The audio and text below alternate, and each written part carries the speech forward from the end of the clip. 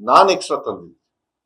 ಅಜೀಂ ಪ್ರೇಮ್ಜಿ ಇರ್ಬೋದು, ಮೊನ್ನೆ ನಾರಾಯಣ ಮೂರ್ತಿ ಅವರು ಮತ್ತೆ ಸುಧಾ ನಾರಾಯಣ ಮೂರ್ತಿ ಅವರಿಗೆ ನಾನೇ ಅಫಿಷಿಯಲ್ ಆಗಿ ಟೈಮ್ ಕೇಳಿ ನನ್ನ ಇಲಾಖೆ ಬಗ್ಗೆ ಅವರಿಗೆ ಮಾಹಿತಿಯನ್ನು ಕೊಟ್ಟು ಅವರಿಂದ ಸಹಕಾರವನ್ನ ಬೇಡಿ ಬಂದಿದ್ದೀನಿ. ಯಾಕೆಂದ್ರೆ ಅವ್ರ ರೆಸ್ಪಾನ್ಸಿಬಿಲಿಟೀಸ್ ಕೂಡ ಇರ್ತದೆ ಕೆಲವು.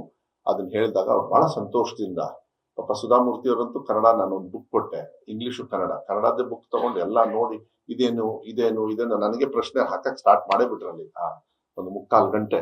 ಸೊ ಇದೆಲ್ಲದು ಒಂದು ಆಸೆ, ಅವರಿಂದ ಸಹಕಾರ ಸಿಗುತ್ತೆ ಅಂತ ಹೇಳಿ ಆ ನಿಟ್ಟಿನ ಮೇಲೆ ಹೋಗ್ತಕ್ಕಂಥ ವ್ಯವಸ್ಥೆಯನ್ನು ಮಾಡಿಕೊಂಡು ಇವೆರಡು ಈಕ್ವಾಲಿಟಿ, ಕ್ಯಾನ್ಸರ್ ಮತ್ತೆ ಇನ್ನು ಡಿಸೇಬಲ್ ಚಿಲ್ಡ್ರನ್ಸ್ ಇವರಿಬ್ಬರಿಗೂ ಕೂಡ ಶಾಲೆ ಮಾಡೋದು ಸ್ವಲ್ಪ ನನಗೊಂದು ಚಾಲೆಂಜಿಂಗ್ ಕನ್ಸಲ್ ತಗೊಂಡಿದ್ದೀನಿ.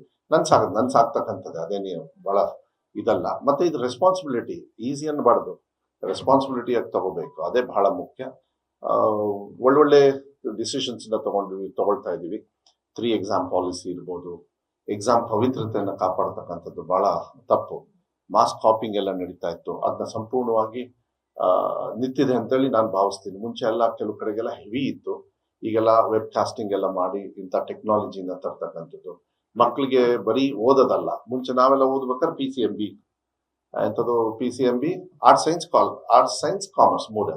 ಈಗ ಆರ್ಟ್ಸ್ ಸೈನ್ಸ್ ಕಾಮರ್ಸ್ ಬಿಟ್ಟು ಇನ್ನೆಲ್ಲದೂ ಇದಾವೆ, ಈಗ ಡಿಮಾಂಡು ಎಲ್ಲದಕ್ಕೂ ಇದಾವೆ, ಅಷ್ಟೊಂದಿದೆ, ಬಹಳ ದೊಡ್ಡ ಮಟ್ಟದಲ್ಲಿ ಇರೋದ್ರಿಂದ ಮಕ್ಕಳನ್ನ ತಯಾರಿ ಮಾಡೋದು ಬರೀ ಆರ್ಟ್ಸ್ ಸೈನ್ಸ್ ಕಾಮರ್ಸ್ ಮಾಡೋದಕ್ಕಾಗೋದಿಲ್ಲ. ಎಲ್ಲ ಇವತ್ತಿನ ಒಂದು ವ್ಯವಸ್ಥೆಯಲ್ಲಿ ಮತ್ತೆ ಬೈಲಿಂಗ್ವಿಲ್ ಅಂತ ಇದೆ, it's A very challenging decision.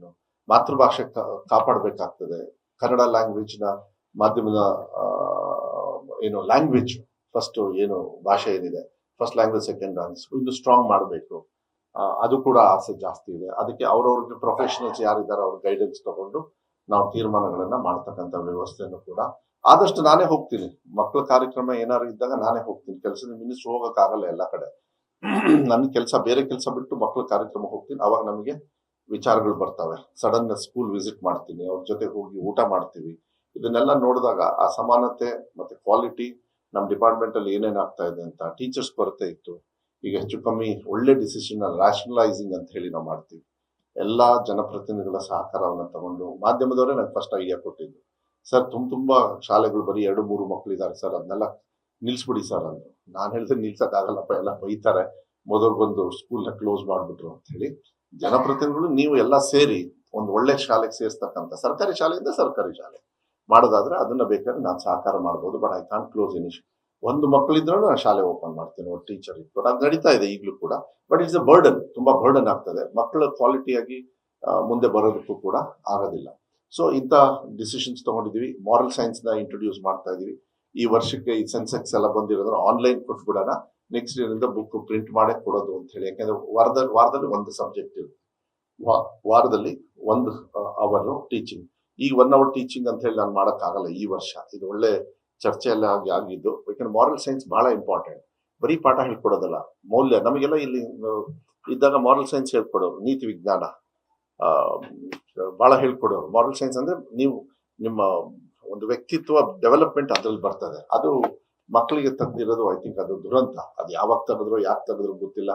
ಬಹಳ ವರ್ಕ್ ಪ್ರೆಷರ್ ಆಗುತ್ತೆ, ಇಲ್ಲ ಸ್ಟಡಿ ಪ್ರೆಷರ್ ಆಗುತ್ತೆ ಅಂತ ತೆಗೆದಿರ್ಬೇಕು. ಬಟ್ ನನಗೆ ಬಹಳ ಸಾಧನೆ ಮಾಡಿರೋದು, ಬಹಳ ತೃಪ್ತಿ ಕೊಟ್ಟಿರ್ತಕ್ಕಂಥದ್ದು ಏನಂದ್ರೆ ಮಕ್ಕಳಲ್ಲಿರ್ತಕ್ಕಂಥ ಕೆಪಾಸಿಟಿನ ಆಚೆ ತಂದಿದ್ದು.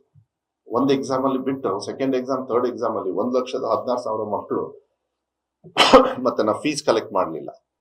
ಮೊನ್ನೆ ಟೀಕಾ ಟಿಪ್ಪಣಿ ಮಾಡಿದ್ರು, 5% ಜಾಸ್ತಿ ಮಾಡ್ಬಿಟ್ಟಿದ್ದಾರೆ ಎಂಥದ್ದು ಫೀಸು SSLCದು ಅಂತ ಹೇಳಿ. ನೀವೆಲ್ಲ ಯಾವ್ದೋ ಮಾಧ್ಯಮದಲ್ಲಿ ನೋಡಿರ್ತೀರಿ, ನೀವು ಅದನ್ನ ಮೋಸ್ಟ್ಲಿ ಪ್ರಶ್ನೆನೂ ಹಾಕ್ಬೋದು. ನೀವು ಪ್ರಶ್ನೆ ಹಾಕಕ್ಕೆ ಹೋಗ್ಬೇಡಿ ಅಂತ, ಉತ್ತರ ಈಗಲೇ ಕೊಟ್ಬಿಡ್ತೀವಿ. ಯಾಕಂತ ಹೇಳಿದ್ರೆ ಅದು ಇಟ್ಸ್ ಎ ರೆಗ್ಯುಲರ್ ಪ್ರೋಸೆಸ್. ಅದು ರೆಗ್ಯುಲರ್ ಪ್ರೋಸೆಸ್, ನಾವು ಮಾಡೋದಲ್ಲ, ಅದು ಆಟೋಮೆಟಿಕ್ ಆಗಿ ಆಗ್ತಾ ಇರ್ತದೆ ಇಲಾಖೆಯಲ್ಲಿ. ಅದು ನಾವು ಕೇಳಲೇಬೇಕು, ನಾನೇ ಮಾಡ್ಬೇಕು. ನಾವು ಬರುತ್ತೆ, ನಾವು ಕ್ಲಿಯರ್ ಮಾಡ್ತೀವಿ, ಕಳಿಸ್ತಾ ಇರ್ತೀವಿ. ಅದೇನ್ ಬಹಳ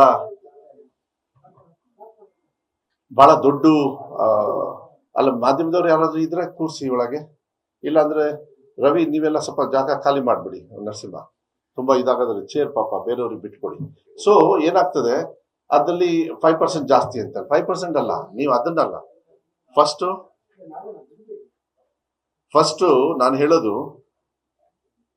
ನಾನು ಫಸ್ಟ್ ಟೈಮು ಏನು ಸಪ್ಲಿಮೆಂಟರಿ ಅಂತ ಹೇಳಿ ಕರಿತಾ ಇದ್ರು ಸೆಕೆಂಡ್ ಅಂಡ್ ಥರ್ಡ್ ಎಕ್ಸಾಮ್ ಅಲ್ಲಿ, ಇತಿಹಾಸದಲ್ಲಿ ಪ್ರೆಸ್ ಮೀಟಿಂಗ್ ಕರೆದಿದ್ದ 11 ಗಂಟೆಗೆ, 10:15 ಡಿಪಾರ್ಟ್ಮೆಂಟ್ ಬ್ರೀಫಿಂಗು, ರಿಸಲ್ಟ್ ಕೊಡ್ತಾ ಇದೀವಿ SSLCದು PUCದು.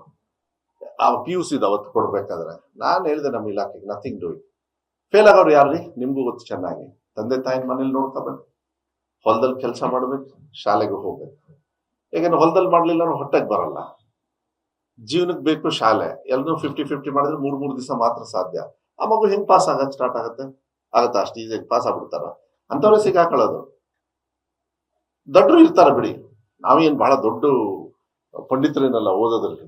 ಆದ್ರೆ ಇಂಥ ಮಕ್ಕಳು ಆರ್ಥಿಕವಾಗಿ ಹೊರೆ ಕೊಟ್ಬಿಟ್ರೆ ಹೆಂಗೆ? ನಮ್ಮ ವ್ಯವಸ್ಥೆಯಲ್ಲೇ ಅವ್ರನ್ನ ಸೋಲ್ತಾ ಇದಾರೆ, ಅವ್ರು ಫೇಲ್ ಆಗ್ತಾ ಇದ್ದಾರೆ. ನಾವೇ ಕಾರಣ ಅದು. ಹಾಗಾದ್ರೆ ಯಾರು ಸಹಾಯ ಮಾಡ್ಬೇಕು? ನಾವು ತಾನೇ ಮಾಡ್ಬೇಕು. ಆ ಸ್ಪಾಟ್ ಅಲ್ಲಿ ಕೋಟ್ಯಾಂತರ ರೂಪಾಯಿನ ನನ್ನ ಫೀಸೇ ಕಲೆಕ್ಟ್ ಮಾಡ್ಲಿಲ್ಲ. ಇದನ್ನ ವಿರೋಧ ಪಕ್ಷದವರು ಟೀಕಾ ಟಿಪ್ಪಣಿ ಮಾಡ್ಬೇಕು. ದಮ್ಮು ತಾಕತ್ ಇದೆಯಾ ಕೇಳಿ ಅವರಿಗೆ. ನೀವು ಅಧಿಕಾರದಲ್ಲಿ ಇದ್ದಾಗ ನೀವು ಮಾಡಿದ್ರ? ನಿಮ್ಮ 3.5 ಅವಧಿಯಲ್ಲಿ ನೀವು ಟೀಚರ್ಸ್ ರಿಕ್ರೂಟ್ಮೆಂಟ್ ಮಾಡಿದ್ರ? ನಾನು ಬರೀ 11 ತಿಂಗಳಲ್ಲೇ 13,500 ಟೀಚರ್ಸ್ ಅಂತ ತಗೊಂಡಿದ್ದೆ. ಜಸ್ಟಿಸ್ ನಾಗಮೋಹನ್ ದಾಸ್ ಅವರು ಇಲ್ಲಿ ಬಂದಿದ್ದು ನಮ್ಮ ಶಿವಮೊಗ್ಗಕ್ಕೆ. ಅವತ್ತು ಓಪನ್ ಸ್ಪೀಚ್ ಅಲ್ಲಿ ನಾನು ಹೇಳಿದೆ ತಾನೆ, ದಯವಿಟ್ಟು ರಿಪೋರ್ಟ್ ಕೊಡಿ, ಎಲ್ಲ ಮಕ್ಕಳು ಓದಿ ಕಾಯ್ತಾ ಇದ್ದಾರೆ ಪಾಠ ಹೇಳ್ಕೊಡಕ್ಕೆ, ನನಗೂ ಟೀಚರ್ ಶಾರ್ಟೇಜ್ ಇದೆ. ನಿನ್ನೆ ತೀರ್ಮಾನ ಮಾಡಿ ಎಲ್ಲದೂ ಕೂಡ ಮಾಡಿದ್ವಿ. ಈಗ TET ಎಕ್ಸಾಮಿನ ಒಂದು ನೋಟಿಫಿಕೇಶನ್ ಹೊಡಿಸ್ತೀವಿ. ಅದಾದ್ಮೇಲೆ CET ಬರ್ತದೆ. ಆದಷ್ಟು ಬೇಗ ಮಕ್ಕಳು ಏನು 18,000 ಟೀಚರ್ಸ್ ರಿಕ್ರೂಟ್ಮೆಂಟ್ ತಗೊಳ್ತಕ್ಕಂಥ ಪ್ರೋಸೆಸ್ ಸ್ಟಾರ್ಟ್ ಮಾಡ್ತೀನಿ. ಎಲ್ಲಾ ಇಲಾಖೆಯವರು ಸ್ಟಾರ್ಟ್ ಮಾಡಿದ್ದಾರೆ. ನನ್ನ ಇಲಾಖೆ ಬಹಳ ದೊಡ್ಡದು.